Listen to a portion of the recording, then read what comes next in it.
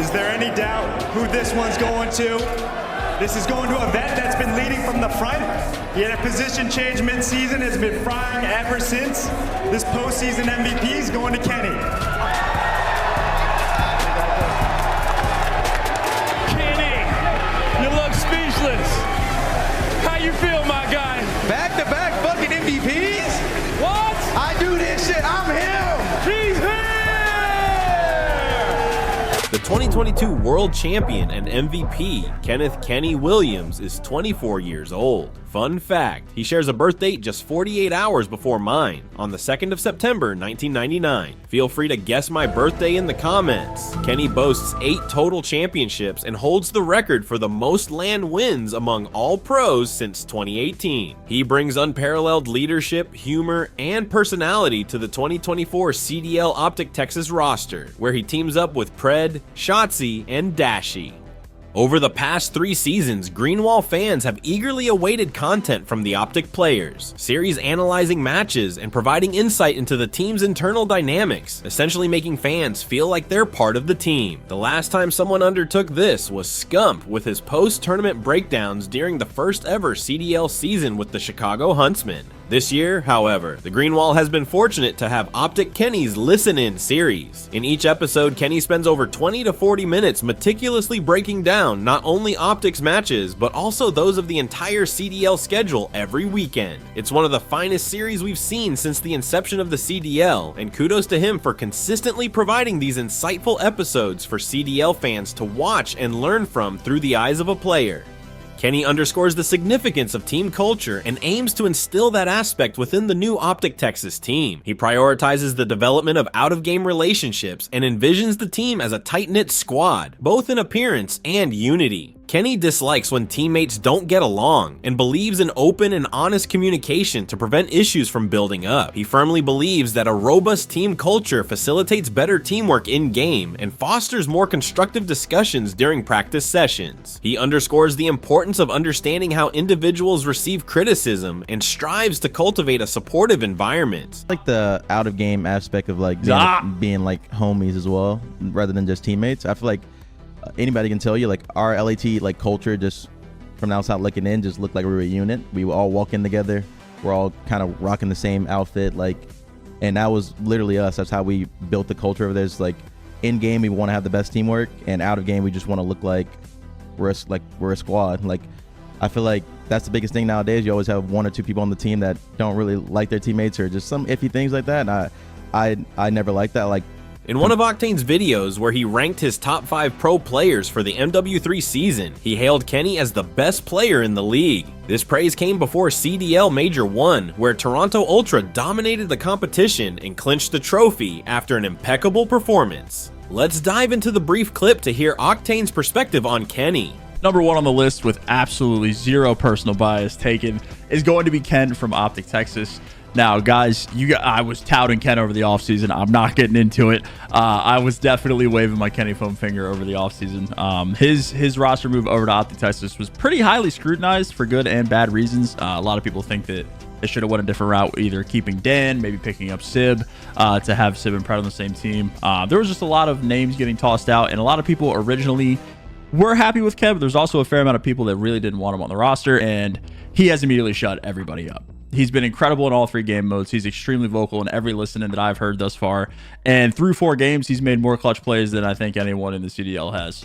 He has been an immediate fix for this roster. He fits like a glove, and I definitely want to give Ken his flowers. He's been their most consistent player. After just 1 major this season, Kenny has provided CDL fans with 4 lengthy episodes of his breakdowns on every matchup of the season so far, along with other CDL-related content on his YouTube page. All of this while being one of the best players in the league. Now, let's delve into some notable series of the OpTic Texas squad during the CDL Major 1, starting with their qualifier series. The opening matchup featured OpTic going up against the reigning champs New York. After a disappointing first 2 games, OpTic bounced back in Game 3 control, followed by a Kenny masterclass on Terminal Hardpoint, who ended the map with a ridiculous 30-17 performance, yet he was still gassing up his teammates for setting him up throughout the map. Anyways, Terminal Hardpoint, I'm just gonna say it was a me masterclass.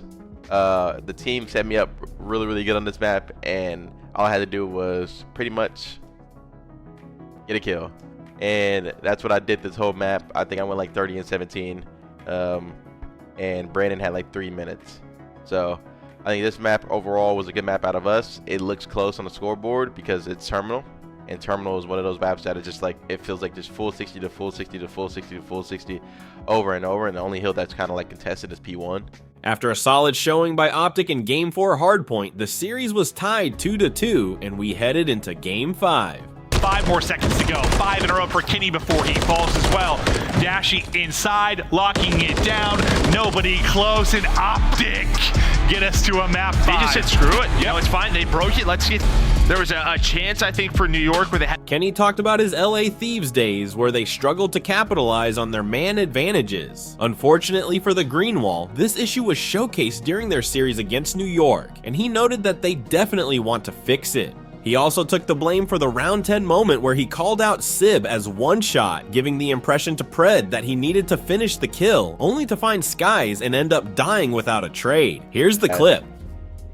We had a really bad case of like not winning our man advantages, and this day obviously showcased that for us as well. So it's one of those things we definitely want to fix up on, because we're losing these S&Ds round 11, and if we can like win a few more rounds that we should be guaranteed with these man advantages, I feel like we'll be in a really good spot as a team. Obviously in that case you can tell AG like, yo, you shouldn't chow, but like with how I guess it was on me because of how frantic my comm was, like one shot, because Dante was standing in the open for me, and if he just strafed and looked at the pillar or looked down towards Sib, he probably would have just killed Sib and like not died. And then also I strafed off the Eskies and fell off the Esky, so I couldn't help him. Playing against New York is never an easy task, but the boys showed resilience and fought until the end, only losing in Game 5 Round 11 in the opening series of the season. See, they had the near heroics early on in this game. Can they do it again? Shotzy's gone. He's been your playmaker. Hydra, the lurker, finds the kill. Now on Dashy and Kenny. He will drop the drop shot, a thing of beauty. Finally, Hydra finding his openings. They take the round, they clutch up, but what a series it was. The next challenge for OpTic Texas came in the form of Minnesota. It was an overall great series, although Kenny noted that OpTic needs to improve on icing up more on search and destroys. One remarkable aspect about Kenny, if you haven't noticed already, is that he's the leader OpTic has needed for so many years. He's the guy you want when things go south, capable of going over key moments of the game with the team, the one who keeps notes on what they should and should not do. He ensures they don't overlook their small mistakes, even when playing against lower tier teams. Here's what he had to say after the Minnesota series. And I kind of talked about it after the map in the match, like, yo, we should have did this. I'm not gonna like go over it right now because I don't want to like obviously give too much, but there was just a few key moments and we kind of talked about it. Everybody agrees we're gonna fix it. Going to schedule hardpoint, we had a good time on this map and we won at 250-193. I think my team absolutely slammed this map. I didn't really have to do anything but get hill, and I love that. If all I gotta do is get hill and kind of, you know, pop a piece or get a kill every now and then, I'm cheesing. What's OpTic's mindset when playing hardpoint, you may ask? Well, Kenny shared his thoughts on this, stating, there's really no set mindset, just make sure you're making the right plays. When it comes to hill time, Brandon had the most during Game 1, Kenny had the most during the second hardpoint of the series, and Shotzzy might have it on the next one. He emphasized that they don't really have a specific player designated for holding the hill. They make that decision in the moment. So it's just whoever's there, get in the hill. I think the last P2 I made a crazy play to like get a 2-piece or 3-piece, I don't remember exactly, to kind of win that, and I think that was kind of like the deal breaker for the map, and we win at 250-193. I think it was a great map out of us.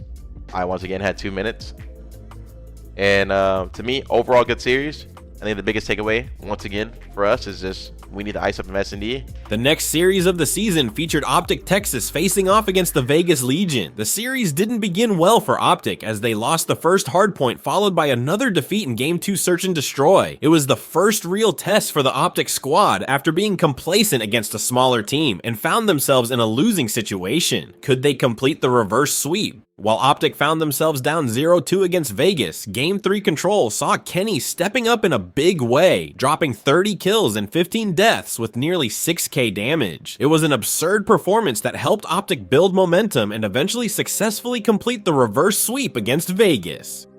But instead, he's going to get found out and already on the defuse. Will he get there in time?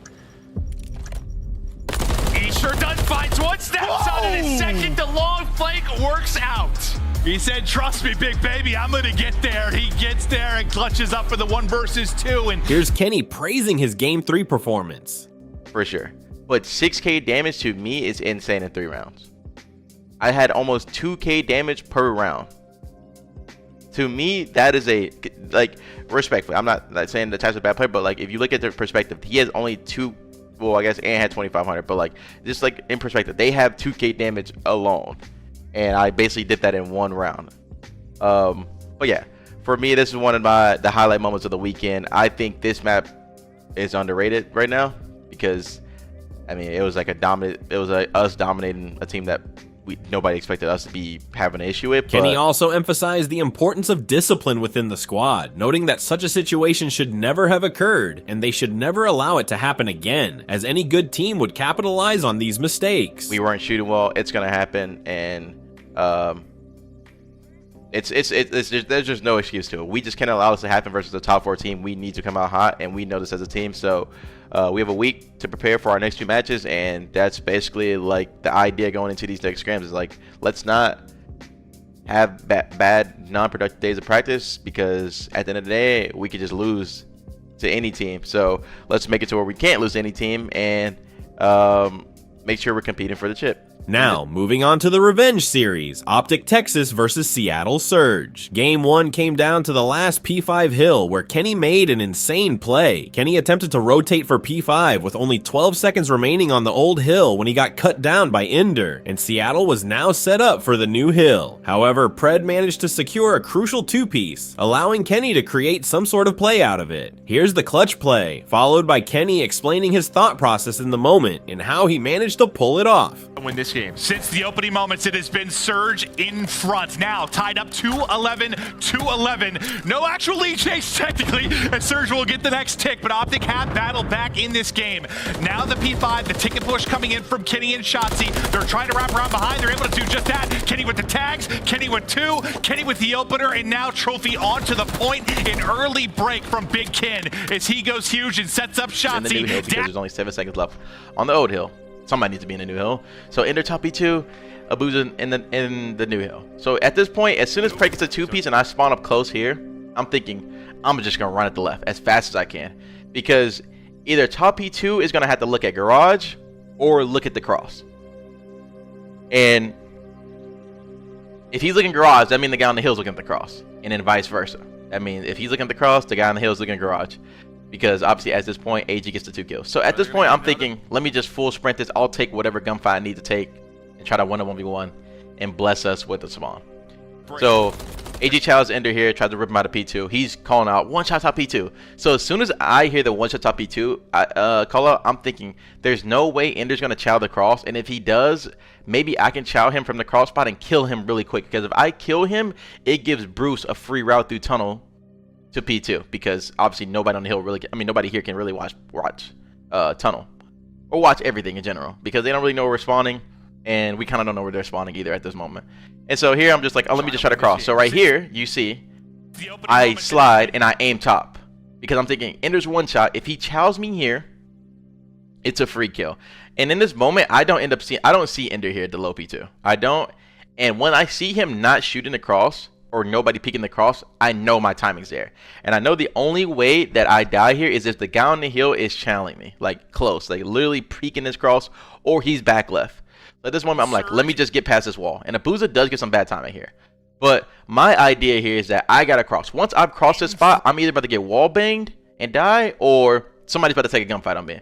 So at this moment, I know that, well, I don't know if they see me cross. So in my head, I'm thinking, okay, Ender didn't see me cross. Maybe the guy on the hill see me cross. So let me play for a gunfight here. So that's why instead of me instantly running to the hill to get the kill on the hill, I wrap to my left because I'm like, oh, wait, Abuza's on the hill. He can instantly chow me here. And if I lose the gunfight, the game's lost. So let me put myself in the best situation to win a gunfight and also live. So I wrap to this heady.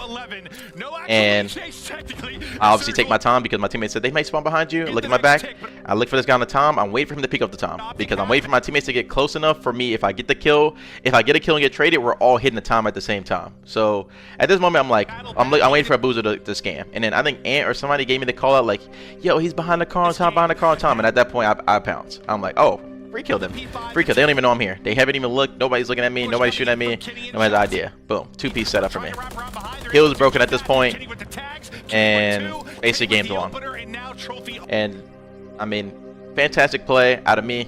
So, not trying to self-gas, but I think in the moment, a lot of people, a lot of players would have just instantly ran into the hill and just tried to kill the guy on the hill. This Kenny guy is pretty good, I'd say. 99% of the players in the league wouldn't even consider making this play. Most players would push towards the hill and leave it to chance, hoping for good timing and a successful gunfight against Abuza. However, Kenny, in the heat of the moment, made the perfect play to clinch the win for OpTic. Yeah, I think they're good. I think they're good. This should go through. OpTic rally. They got the final tick. They get the dump. I thought we were going. Pred also discussed this play during his stream. Here's what he had to say about Kenny's game-winning move.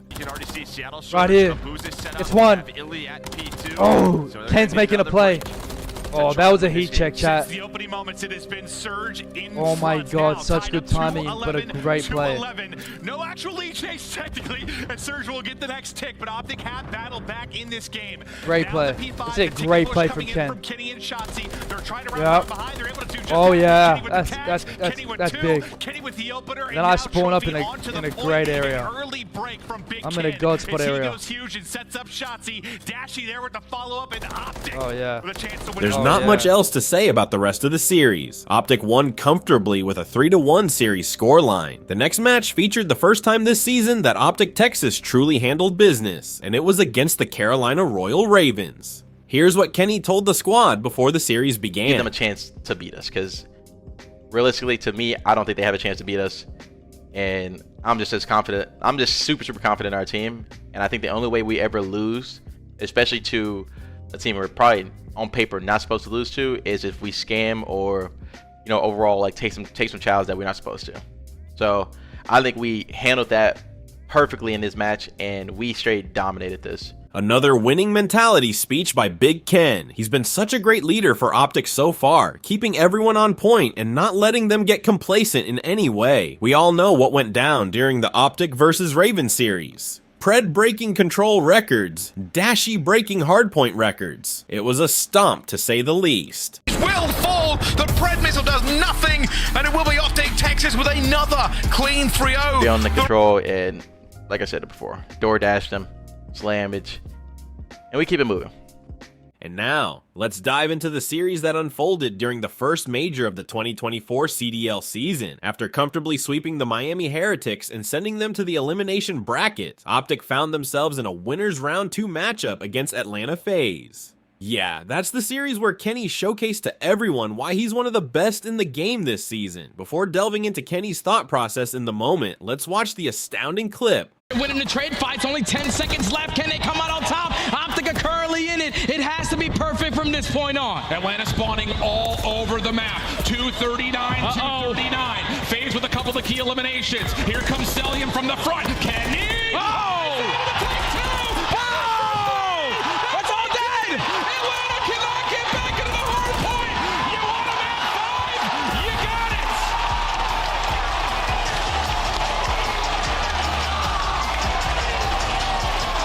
it! What a play. But anyway, here's Kenny explaining everything that happened at this moment in the game. So at this moment, I'm thinking, I know where 2 people are. Guaranteed. I have radar on. I know exactly where 2 people are, and it's Jaws Cell. So right now, AG's calling out, yo, Jaws' DVDs, you gonna go beat on or something like that. And Ant's calling out Cell mid tank. So to me, I know 2 people are coming to the mid door instantly. Now, right at this moment, I'm like, I have to chalk up something. I know Brandon's behind me, so he kind of has my front door. He doesn't. The only thing that's really open is the back door. But realistically, how I'm thinking in this moment is that one guy's off hold, and well, actually, it was Cell off hold. But yeah, I'm thinking that one of the guys off hold. In this moment, I was actually thinking, I didn't think that Cell was the guy off hold. I thought there was another person. I can say that for a fact. But like at this moment, I'm thinking like I'm just trying to iron this. I can at least get a kill or two and slow and like stagger their hold so that like if I get a kill or two, we have like a chance to break instead of like going a clean 4 dead. I'm thinking like, let me just hold an iron here. He hits my back door. He hits my back door. Brandon just hold my front door. So like in this one, like I said, I know Cell and draws are coming. So in my opinion, well, not in my opinion, but in my my thought process here is that Draw's gonna be the first person to fight me because he got the first kill. He has the first kill. Hill Cell is like deep. So I thought Draw's be the first person to kill me. And I seen like a few comments like I thought he was gonna lose this when he gave up his iron. I'll tell you why I gave him my preem here. It's because I'm waiting and I see Draw shoot at this moment right here. So in this moment I'm like, wow, they're taking their time. They're about to bait and switch me. Once I kill Cell here, I'm like, I'm about to get shot in the back because I can tell from Brandon's comms that he's probably about to die. That's what it sounded like. He's about to die. So I need to get in a spot where like I can play a 1v1 on Draza but not get shot in the back. And that's why I get up and move. And like I'm keeping my centering at the door so that I can still take the gunfight if I need to. But if he like, let's say he hides behind the wall. If I can get into this corner behind this desk, I can still play a 1v1 with draws only, and Abizi and Sim can't shoot me in the back. That was like the whole idea of why I got him and moved and didn't lay in the same spot. Because realistically, if I lay down right here and play the 1v1 with draws, I'd probably kill him and get instantly traded. So right here, this is why I get up, but I keep my centering at the door so that if he takes the gunfight, I still have a chance. That's like the whole thought process on why I give my iron and like why I'm like moving to the left. So when I kill this guy, now I'm in momentum and I can get in a corner to like either live if my teammates are close enough or take a gunfight. So like here, obviously they're in the hill, Brandon's dead. I'm like, I have a chance, like right here. So they can't see me, as you can tell. That's why I took the gunfight the way I took it on draws, is to make sure that like I don't get shot in the back. And if he wants to slow play it, I have a chance to like buy time. And then here like was kind of just like a takeover moment. Like I don't know if Abizi was weak or not, but I'm assuming he was. But I win these two, and then I hit a little pop-up on Abizi right here. Bam. And at this moment, it was kind of just like we knew we won, but like I just kind of got like a crazy spawn kill right here. Kenny then takes the blame for the OpTic versus FaZe loss in the elimination finals, noting that he wasn't feeling comfortable during the search and destroys throughout the CDL Major 1. He then discusses how OpTic Texas fans should feel after the first major, ensuring to keep their morale high, and explains what they're trying to fix heading into the CDL Major 2 qualifiers. This video was kind of like a lot more insight going into our next stage on how we're feeling. I feel like if you're an OpTic Texas fan, we're in a really good spot. Right now, I mean, definitely not where we want to be. We want to be the best team, but I feel like we have something to build off of, bro. Like we're a fantastic respawn team. We just had to be better in S&D, and that's just off the basis of me and our strategists in general. So I feel like going forward, that's kind of our homework, I guess, is to figure out the new maps or the new hills, which I think we'll do really well. I mean, respawns is definitely not our issue. It's just S&D. And I feel like we can just stay consistent at respawns and also focus on SD, because sometimes when you focus on one game mode more than the others, you kind of drop off. But I feel like I've never allowed that to happen, so it won't happen. And going forward, like I said, if you're a fan, I feel like you definitely should be feeling good, because we're feeling good as a team. We're feeling confident. Team morale's at its highest. Love playing with these boys, and like I said, once again, we've been good at fixing our issues. So looking forward to stage 2. Once again, a huge shout out to Kenny for the incredible content he's been putting out so far this season. I really hope he continues to bring us these listen-in episodes. That's all for today's episode on how Kenny changes everything for OpTic Texas this season. Let me know your thoughts in the comment section below. Do you see OpTic as a contender for a championship this season? I definitely think they have a good chance of grabbing one. Could they find their groove and make this one of the best seasons of OpTic's CDL era? Guess we'll have to wait and see. Major 2 qualifiers are coming up in a week, and I can't wait to watch the games. With all that being said, this is COD Cloud, and I'll catch you on the next one.